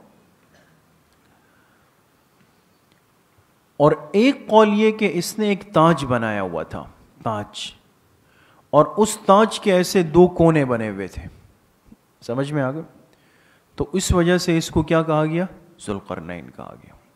بات سمجھ گئے؟ وَيَسْأَلُونَكَ عَنْ ذِي الْقَرْنَيْنِ، یہ لوگ آپ سے پوچھتے ہیں ذوالقرنین کے بارے میں. قل، آپ کہہ دیجئے، سَأَتْلُو عَلَيْكُم مِّنْهُ ذِكْرًا، عن قریب میں آپ لوگوں کو بتا دوں گا، منہ اس ذوالقرنین کا، ذکراً کچھ تذکرہ، کچھ تذکرہ میں آپ لوگوں کو بتا دوں گا. اِنَّا مَكَّنَّا لَهُ فِي الْأَرْضِ، بے شک ہم نے اس کو حکومت دی. مکنہ کا کیا ترجمہ ہے؟ ہم نے ان کو حکومت دی، فی الارض، روئے زمین پر، اس لیے کہ پورے زمین کا بادشاہ ہے، روئے زمین پر. وَآتَيْنَاهُ مِن كُلِّ شَيْءٍ سَبَبًا، اور ہم نے دیا ان کو ہر قسم کی چیز میں سے کافی سامان. کل شیء کا ترجمہ کیا لکھیں گے؟ ہر قسم کی چیز میں سے، ہر قسم کی چیز میں سے. سبباً، کافی سامان، کافی سامان دیا ہم نے ان کو. فَأَتْبَعَ سَبَبًا، پس وہ چل پڑا. اتبع، وہ چل پڑا. سبباً، ایک راہ لے کر، ایک راستہ لے کر چل پڑا. اب اس بادشاہ نے پوری دنیا کا چکر لگایا ہے، مشرق مغرب شمال وغیرہ کا. اللہ پاک ان کا تذکرہ فرمائیں گے. ہاں، فَأَتْبَعَ سَبَبًا، یہ چل پڑا. کون؟ ذوالقرنین. سبباً، ایک راہ لے کر. نیچے لکھیں آیت کے نیچے مغربی مہم کا ذکر. کون سی مہم؟ مغربی، دنیا کی مغربی جانب یہ جو گیا ہے اب اس کا ذکر آ رہا ہے. حتیٰ اذا بلغ مغرب الشمس، یہاں تک کہ جب یہ پہنچا سورج کے غروب ہونے کی جگہ پہ. جب یہ پہنچا سورج کے غروب ہونے کی جگہ پہ پہنچا. نیچے لکھیں یعنی آبادی ختم. آبادی، ظاہر سی بات ہے، چلتے چلتے چلتے اتنا کونے تک گیا گویا جہاں سورج کیا ہو رہا ہے؟ غروب، یعنی آبادی ختم ہو گئی، یہ مطلب ہے. جب یہ پہنچا سورج کے غروب ہونے کی جگہ پر تو کیا دیکھا کہ وجدہا تغرب، پایا کہ وہ سورج غروب ہو رہا ہے. فی عین حمیۃ، ایک سیاہ چشمے میں. عین کہتے ہیں چشمے کو، چشمے سے مراد یہ آنکھوں والا نہیں، پانی کا جو چشمہ ہوتا ہے.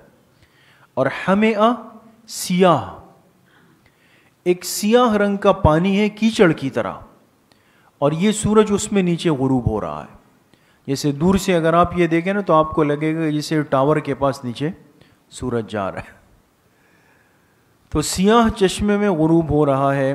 ووجد عندها قوما، اور ذوالقرنین نے پایا اس جگہ کے پاس قومن، ایک قوم کو. قومن کے نیچے لکھے کافرن، ایک کافر قوم کو پایا. دیکھا کہ وہاں ایک کافر قوم آباد ہے. قلنا، اللہ پاک فرماتے ہیں ہم نے کہا یا ذوالقرنین، اے ذوالقرنین. اللہ نے غیر نبی سے براہ راست تکلم کیسے کیا؟ اس لیے ذوالقرنین کے نیچے لکھے الہام کے ذریعے. کس کے ذریعے؟ الہام کے ذریعے سے دل میں اللہ نے بات ڈال دی. ہم نے کہا اے ذوالقرنین اما ان تعذبا، اگر آپ چاہیں تو ان کو سزا دے دیں. تعذبا کے نیچے لکھیں الآن، ابھی. چونکہ یہ کافر مشرک نافرمان ہے، آپ چاہیں تو ان کو ابھی سزا دے دیں. وَإِمَّا، اور یا اگر آپ چاہیں تَتَّخِذَ فِيهِمْ حُسْنًا، تو اختیار کر لیں ان کے بارے میں حسناً، نرمی کو. اختیار کر لیں ان کے بارے میں نرمی کو. بریکٹ میں لکھیں یعنی تبلیغ کے ذریعے. کس کے ذریعے؟ تبلیغ کے ذریعے. تو اب دو ہی صورتیں، یا تو یہ کہ جا کر اور تلوار لے کے شروع ہو جائیں، اور یا پھر یہ کہ ان کو ذرا مہلت دیں اور بات سمجھائیں. قالا، اب یہ جواب ذوالقرنین ہے. ذوالقرنین بادشاہ نے جواب میں کہا اما من ظلم، جس نے ظلم کیا. نیچے لکھے بعد تبلیغ، بعد، اگر میری دعوت اور میری تبلیغ کے بعد بھی جس نے ظلم کیا، ظلم سے مراد شرک ہے، پھر بھی باز نہیں آیا، تو فسوف نعذبہ، تو یقیناً ہم ان کو عذاب دیں گے، سزا. عذاب سے مراد کیا ہے؟ اس کو تو ہم سزا دیں گے. ثم یرد الی ربہ، پھر اسے لوٹا دیا جائے گا اس کے رب کی طرف. فیعذبہ عذابا نکرا، اور پھر اللہ پاک اس کو سخت عذاب دیں گے. ہم تو سزا دے دیں گے دنیا میں، لیکن جب اللہ کے پاس جائے گا تو اللہ اس کو سخت عذاب دیں گے. وَأَمَّا مَنْ آمَنَ وَعَمِلَ صَالِحًا، اور جو ایمان لایا نیک اعمال کیے، فَلَهُ جَزَاءً الْحُسْنَى، اس کے لیے بہترین بدلہ ہوگا. وَسَنَقُولُ لَهُ مِنْ أَمْرِنَا يُسْرًا، اور یقیناً ہم کہیں گے اس سے، من امرنا، اپنے اس معاملے میں، یسرا، نرم بات. کون سی بات؟ جو مان کر چلے گا تو اس سے نرمی بھی ہوگی، بات بھی نرم کریں گے ہم اس سے. یہ تو ایک مہم ہو گئی، کون سی؟ مغربی. ثم اتبع سببا، لکھیں مشرقی مہم کا ذکر، مشرقی. ثم اتبع، پھر وہ چل پڑے، سبباً، راہ لے کر، حتیٰ اذا بلغ مطلع الشمس، یہاں تک کہ جب پہنچ گئے سورج کے طلوع ہونے کی جگہ پر. سورج کے لکھے یعنی منتہائے آبادی پر، منتہائے، جہاں آبادی ختم ہو رہی تھی وہاں پہنچ گئے. منتہائے آبادی پر جب پہنچ گئے، وجدہا تطلع علی قوم، تو پایا سورج کو کہ وہ طلوع ہو رہا تھا ایک ایسی قوم پر.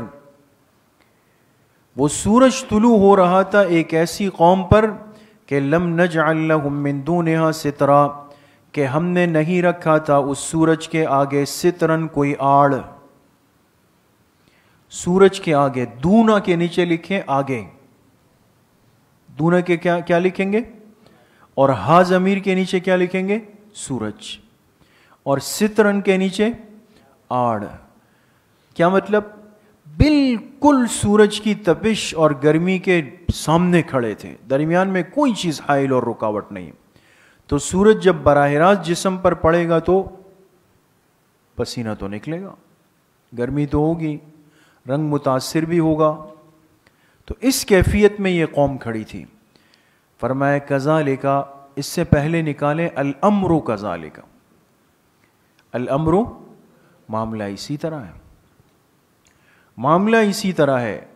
وقد احطنا بما لدیہ خبرا، اور تحقیق کہ ان کے حال کی پوری خبر ہمارے پاس ہے. یہ اس کا آسان ترجمہ ہے. ان کے حال کی پوری خبر ہمارے پاس ہے. خبرا کے نیچے لکھے ای علماً، باعتبار کس کے؟ علم کے.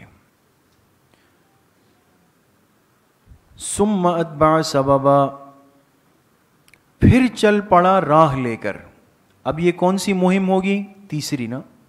لیکن غالباً شمالی مہم کا ذکر، غالباً، اس میں حتمی قول نہیں ہے، غالباً شمالی مہم کا ذکر. سمجھ گئے؟ نیند تو نہیں آ رہی کسی کو؟ پھر چل پڑا راہ لے کر، حتیٰ اذا بلغ بین السدین، یہاں تک کہ جب پہنچ گئے. کون پہنچ گئے؟ ذوالقرنین بادشاہ. بین السدین، دو پہاڑوں کے درمیان. چلتے چلتے چلتے ایک جگہ آئی، دیکھا کہ دو پہاڑ ہے اور اس کے بیچ ایک جگہ بنی ہوئی ہے، دو پہاڑوں کے مابین. وجد من دونہما قوما، تو پایا ان دو پہاڑوں کے آگے ایک قوم کو. یعنی وہ جو پہاڑ آئیں گے نا، اس سے کچھ پہلے ایک قوم آباد ہے اور اس کے بعد پھر دو پہاڑ بنے ہوئے. لا یکادون یفقہون قولا، جو کچھ بات سمجھنے کی طاقت نہیں رکھتے تھے. کچھ بات بھی سمجھنے کی طاقت نہیں رکھتے. یعنی اگر آپ ان سے ایک بات پوچھے تو وہ کسی اور اسٹیشن سے جواب دے رہے. زبان ان کی الگ تھی تو وہ ان کی بات نہیں سمجھ پا رہے، یہ ان کی بات نہیں سمجھ پا رہے. یہ مطلب ہے کچھ بات بھی سمجھنے کی طاقت نہیں رکھتے تھے. تو اب ذوالقرنین بادشاہ پریشان ہو گئے کہ بھئی یہ کچھ کہنا بھی چاہتے اور ہماری سمجھ میں بھی، بھئی ترجمان کو بلائیں. قالوا یا ذوالقرنین، تو وہ لوگ کہنے لگے، نیچے لکھیں بذریعہ ترجمان. بذریعہ، اس لیے کہ اگر آپ اس کا ترجمہ مطلقاً کریں گے تو اشکال ہوگا کہ ابھی اوپر یہ بات گزری کہ وہ کچھ سمجھ نہیں رہے تھے، اب کیسے سمجھ آ گئے. تو بذریعہ ترجمان کیا کہنے لگے؟ کہ یا ذوالقرنین، اے ذوالقرنین، ان یأجوج ومأجوج مفسدون فی الارض. یہ اس آدمی کا ہے نا، کہ اے ذوالقرنین، بے شک یاجوج و ماجوج نے زمین میں فساد پھیلایا ہوا ہے. چونکہ یہ اللہ کی ایک مخلوق ہے اور شرارتی مخلوق ہے یاجوج و ماجوج. اور حدیث پاک میں جو قرب قیامت کے احوال ہے اس میں ان کا تذکرہ ہے کہ یہ قیامت سے پہلے نکلیں گے اور ساری دنیا کے نظام کو الٹ پلٹ کر دیں گے، تباہ و برباد کر دیں گے. اور اتنے زیادہ ہوں گے کہ اگلے اور پچھلے سرے کا کوئی جوڑ آپس میں سمجھ نہیں آئے گا، اتنے زیادہ ہوں گے. کہیں یاجوج و ماجوج نے زمین میں فساد پھیلایا ہوا ہے.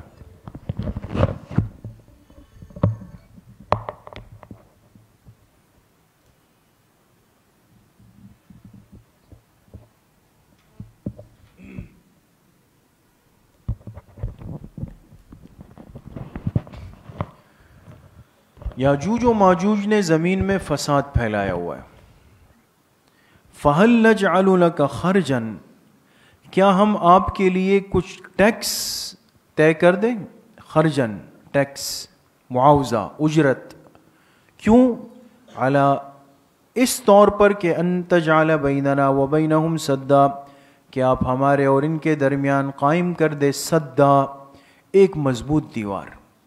اب یہ لوگ اس پہاڑ کے دروں کے پیچھے رہتے ہیں اور دن میں اچانک آ کر ہمارا کھانا پینا سارے اسباب فصلوں کو تباہ کر دیتے ہیں، پھر چلے جاتے ہیں. تو یہ تو ہمارے قابو کے نہیں ہیں. تو آپ ایسا کریں کہ ان دو پہاڑوں کے درمیان جو راستہ ہے جہاں سے آتے ہیں، اس میں کیا قائم کر دیں؟ ایک دیوار ہمیں بنا دیں اور ہم آپ کو اس کی کچھ اجرت، کچھ معاوضہ ہم آپ کو دے دیں گے.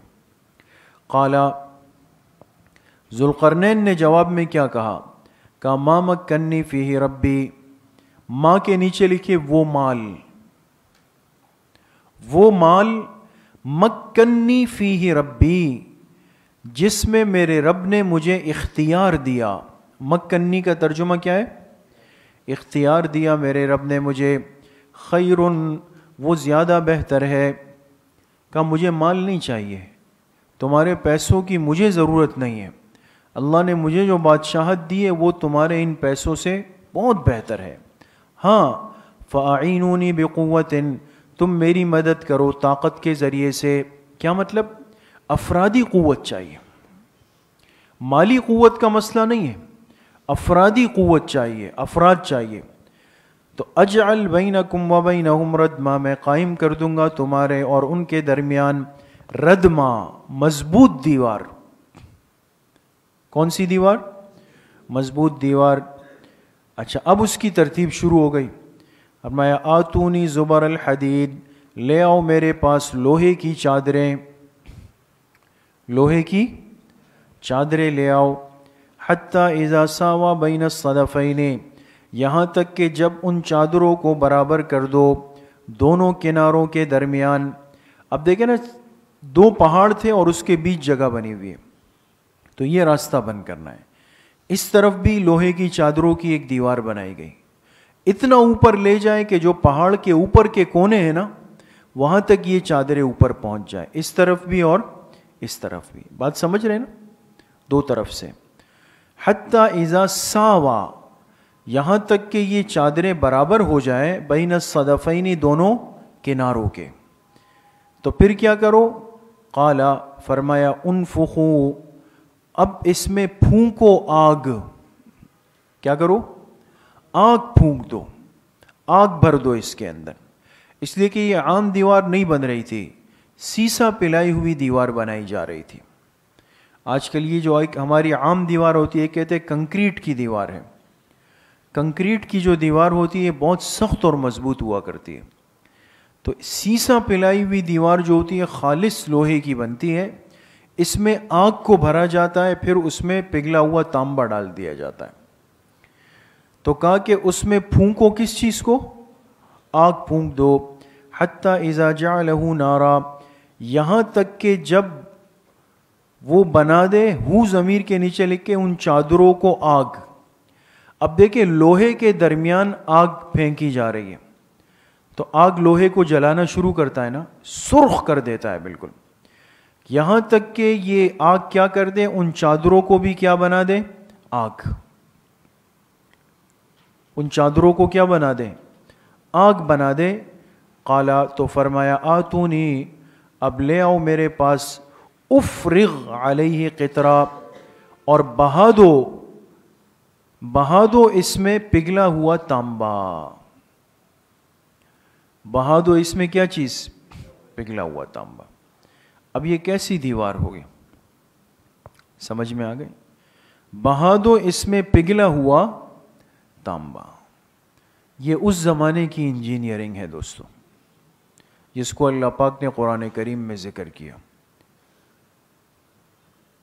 فَمَا اسْطَاعُوا أَن يَظْهَرُوهُ، جب وہ دیوار بن گئی نا تو ذوالقرنین بادشاہ نے کہا فَمَا اسْطَاعُوا، اب یہ یاجوج و ماجوج طاقت نہیں رکھتے أَن يَظْهَرُوهُ، کہ اس دیوار کو کیا کر دیں؟ پھلانگ دیں. اتنی اونچی دیوار ہے کہ پھلانگ نہیں سکتے. اور وَمَا اسْتَطَاعُوا لَهُ نَقْبًا، اور نہ اس میں نقب لگانے کی طاقت. نقب کہتے ہیں کس کو؟ سوراخ کو. تو نہ اوپر سے ٹاپ کر پلانگ کرا سکتے ہیں، نہ نیچے سوراخ کر سکتے ہیں، بند ہو گئے اس کے پیچھے. قال ھذا رحمت من ربی، یہ مقبولین کی نشانی ہے دوستو. بڑے سے بڑا کام کر کے بھی کہتے ہیں یہ میرے رب کی خاص رحمت ہے. یہ کیا ہے؟ ھذا رحمت من ربی، یہ جو اتنا بڑا کام ہوا یہ میرے رب کی کیا ہے؟ خاص رحمت ہے. پھر فرمایا فَإِذَا جَاءَ وَعْدُ رَبِّي جَعَلَهُ دَكَّاءَ، فرمایا جب آئے گا میرے رب کا وعدہ، نیچے لکھے قرب القیامت، قرب قیامت کے قریب جب اللہ کے وعدے کا وقت آئے گا. حدیث پاک میں ہے نا کہ یہ دیوار ٹوٹ جائے گی، اس میں سوراخ ہو جائے گا، لیکن قیامت کے قریب ہوگا. فرمایا جب آئے گا میرے رب کا وعدہ، کب؟ قیامت کے قریب، جعلہ دکا، تو اللہ پاک کر دیں گے اس کو ٹکڑے ٹکڑے. کیا کر دیں گے؟ ٹکڑے ٹکڑے کر دیں گے. یہ حضرت عیسیٰ علیہ السلام کے نزول کے وقت جب دجال سے مقابلہ چل رہا ہوگا تو اسی موقع پر یہ یاجوج و ماجوج جو ہوں گے یہ نکل کے زمین میں فساد پھیلا دیں گے، بہت زیادہ تباہی مچا دیں گے. تو حضرت عیسیٰ علیہ السلام اپنے متبعین کو لے کر کچھ دنوں کے لیے کوہ طور پہ چلے جائیں گے اللہ کے حکم سے. تو طور کا پہاڑ ہے نا، اس کے اوپر چلے جائیں گے، اور وہاں جا کر حضرت عیسیٰ علیہ السلام بد دعا دیں گے یاجوج و ماجوج کو کہ اللہ ان کو ہلاک کر دیں. تو ان کی بد دعا سے کیا ہوگا؟ ان کے جسم میں گانٹھ پیدا ہو جائے گی، پھوڑا سا پیدا ہو بغل میں، اور یہ لمحوں میں ڈھیر ہونے لگیں گے، اور اتنا مریں گے کہ زمین بھر جائے گی اور بدبو ہو جائے گی. اب رہنا جو ہے وہ دوبھر ہو جائے گا وہاں پہ. تو پھر حضرت عیسیٰ علیہ السلام دعا فرمائیں گے. پھر کہتے ہیں بڑے بڑے پرندے آئیں گے ایک طرف سے، آسمان سے اچانک نکلیں گے، اور وہ ان کی میتوں کو، لاشوں کو اٹھا اٹھا کے بہت دور لے جا کر جو گہرے گہرے گڑھے ہوں گے اس میں پھینکنا شروع کر دیں گے، پھینک دیں گے. اور پھر جو ان کی وجہ سے زمین میں آلودگی ہوگی، پھر ایک زبردست بارش ہوگی، اور اس بارش کی وجہ سے سارا گند، بدبو، میل کچل سب کیا ہو جائے گا؟ ختم ہو جائے گا. پھر عیسیٰ علیہ السلام نیچے آ جائیں گے. سمجھ میں آ گئے؟ اچھا. وَتَرَكْنَا بَعْضَ جَعْلَهُ دَكَّا، یہ ہو گیا. وَكَانَ وَعْدُ رَبِّي حَقًّا، اور میرے رب کا وعدہ وہ برحق ہے، میرے رب کا وعدہ بالکل برحق ہے. وَتَرَكْنَا بَعْضَهُمْ يَوْمَئِذٍ يَمُوجُ فِي بَعْضٍ، لکھے مبادی قیامت. مبادی کس کو کہتے ہیں؟ مبادی شروعات کو، آغاز کو. سمجھ گئے؟ اس لیے ابتدائی کہتے ہیں، ابتدائیہ میں پڑھتا ہوں میں، ابتدائیہ میں، شروع کے درجے میں. فرمایا وَتَرَكْنَا بَعْضَهُمْ يَوْمَئِذٍ يَمُوجُ فِي بَعْضٍ، اور ہم چھوڑ دیں گے ان میں سے بعض کو اس دن، یموجو فی بعضٍ، کہ وہ بعض میں گھسیں گے. یموجو کے معنی آتے موجے مارنا، یعنی اتنی تعداد میں یہ یاجوج و ماجوج نکلیں گے کہ آپس میں خلط ملت ہوں گے، جگہ نہیں ملے گی ان کو چلنے کی. تو اس دن فرمایا اللہ پاک نے کہ جب ہم ان کو چھوڑیں گے، اس دیوار کو توڑ کر ان کو چھوڑیں گے، تو ایک دوسرے کے اندر کیا ہو جائیں گے؟ گھس جائیں گے، خلط ملت ہو جائیں گے. وَنُفِخَ فِي الصُّورِ، اور سور پھونک دیا جائے گا. نیچے لکھے ثانیاً، سور کے نیچے کیا لکھیں گے؟ دوسری مرتبہ سور پھونکا جائے گا. فَجَمَعْنَاهُمْ جَمْعًا، پھر ہم ان سب کے سب کو جمع کریں گے. وَعَرَضْنَا جَهَنَّمَ يَوْمَئِذٍ لِّلْكَافِرِينَ عَرْضًا، اور ہم پیش کریں گے جہنم کو اس دن کافروں کے سامنے پیش کرنا. جہنم کافروں کے سامنے پیش ہو جائے گی. تو ظاہر سی بات ہے کہ کوئی قابل خیر چیز پیش ہو تو وہ سہولت ہوتی ہے، لیکن اگر مصیبت پیش ہو جائے تو پھر ہلاکت ہے. تو اس دن کافروں کو ہم جہنم کیا کر دیں گے؟ پیش کر دیں گے.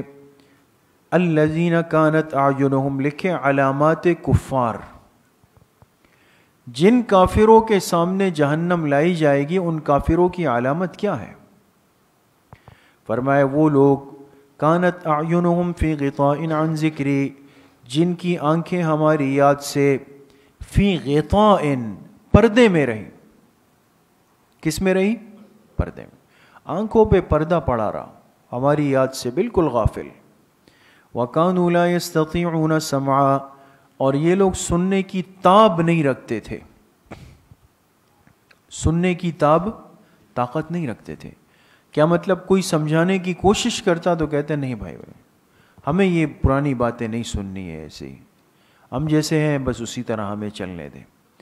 حق بات کو سننے کا وارہ نہیں تھا ان کے پاس. افحسب الذین کفروا، لکھیں شکوہ مشرکین،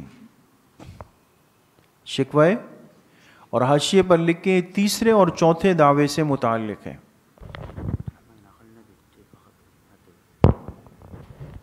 کون سے دعوے سے؟ تیسرے اور چوتھے دعوے سے متعلق ہے. افحسب الذین کفروا، کیا گمان کر رکھا ہے ان کافروں نے، ان یتخذوا عبادی من دونی اولیاء، کہ وہ بنا لیں گے میرے بندوں کو مجھے چھوڑ کے مددگار۔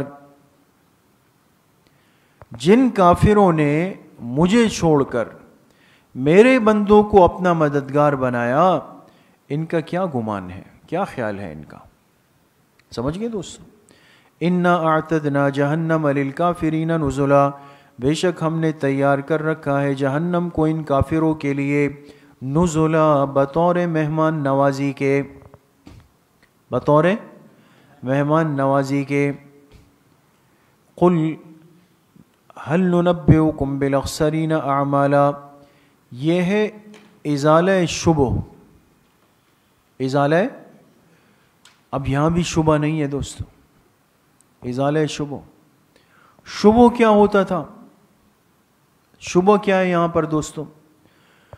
شبہ یہ ہے کہ کافر کہتے تھے کہ آپ لوگ کہتے ہو کہ بھئی آخرت میں کافروں کے لیے جہنم ہے نا، اور دوسری طرف کہتے ہو کہ نیک اعمال والوں کے لیے کیا ہے؟ جنت ہے۔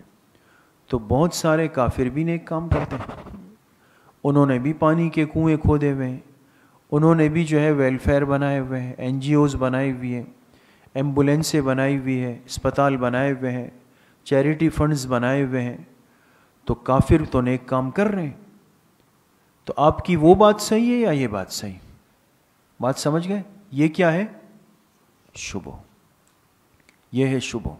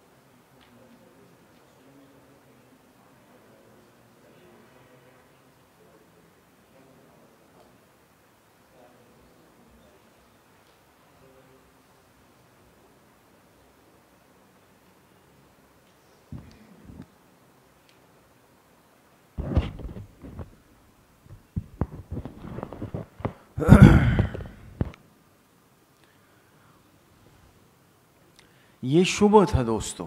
اب ازالہ شبہ کیا ہے؟ اللہ پاک فرماتے ہیں قل، آپ کہہ دیجئے هل ننبئکم بالاخسرین اعمالا، ازالہ شبہ، کیا ہم آپ کو بتائیں ان لوگوں کے بارے میں جو اعمال کے اعتبار سے سب سے زیادہ خسارے میں ہیں، جو اعمال کے اعتبار سے سب سے زیادہ کس میں ہیں؟ ہم بتائیں آپ کو؟ فرمایا الذین ضل سعیہم فی الحیات الدنیا، جن کی محنت ضائع ہو گئی دنیا کی زندگی میں۔ انہوں نے یہی کہا تھا نا کہ بھئی کافر بھی تو بہت سارے امور خیر کر رہے ہیں، تو اللہ نے فرمایا کیے تو، لیکن وہ محنت کیا ہو گئی؟ ضائع ہو گئی، محنت ضائع ہو گئی۔ اور وہم یحسبون، یہ لوگ گمان کیا کرتے تھے کہ انہم یحسنون صنعا، کہ وہ اچھے کام کر رہے ہیں۔ کیا کر رہے ہیں؟ اچھے کام کر رہے ہیں۔ اولئک الذین کفروا بآیات ربہم، لکھے حبط اعمال کی وجہ، حبط، ہا با اور طا، حبط کس کو کہتے ہیں؟ ضائع ہونے۔ اب سوال یہ ہے کہ یہ اعمال ان کے آخرت کے دن میں ضائع کیوں ہوئے؟ وجہ فرمایا اولئک الذین، یہ وہ لوگ ہیں جنہوں نے انکار کیا اپنے رب کی آیتوں کا، ولقائہ، اور اپنے رب سے ملاقات کا۔ ان کے کھاتے میں اعمال تو تھے، لیکن ایمان کی چابی اور بیج نہیں تھا ان کے پاس۔ سمجھ میں آ گئی؟ ایمان تو بنیاد ہے نا، انہوں نے بنیاد نہیں بنائی، جو کیا اوپر اوپر کیا ہے۔ لہذا سپورٹ نہیں ہے ان کے پاس، بیس نہیں ہے ان کے پاس، اصل نہیں ہے ان کے پاس۔ انہوں نے اپنے رب کی آیتوں کا بھی انکار کیا، ولقائہ، اور ملاقات کا بھی انکار کیا۔ فحبطت اعمالہم، ان کے اعمال برباد ہو گئے۔ فلا نقیم لہم یوم القیامت وزنا، غور کیجیے گا، ہم قائم نہیں کریں گے ان لوگوں کے لیے قیامت کے دن وزنن، ترازو، ان کے لیے ترازو نہیں لگے گا۔ کن کے لیے؟ ان کافروں کے لیے ترازو، نیچے لکھے نیک اعمال کا۔ یہ ایک لفظ بڑے اشکال کو حل کر دے گا، اس لیے کہ ترازو سے تو کسی کو چھٹکارا نہیں ہے نا، بطور مہمان۔ فردوس یہ جنت کا وسط ہے، بیچ ہے، درمیان ہے، سمجھ میں آ گئے؟ تو ان کے لیے فردوس کے باغات ہوں گے بطور مہمان نوازی کے، خالدین فیہا، اس حال میں کہ ان باغات میں ہمیشہ ہمیشہ رہیں گے۔ لا یبغون عنہا حولا، اور نہیں چاہیں گے اس سے پھرنا،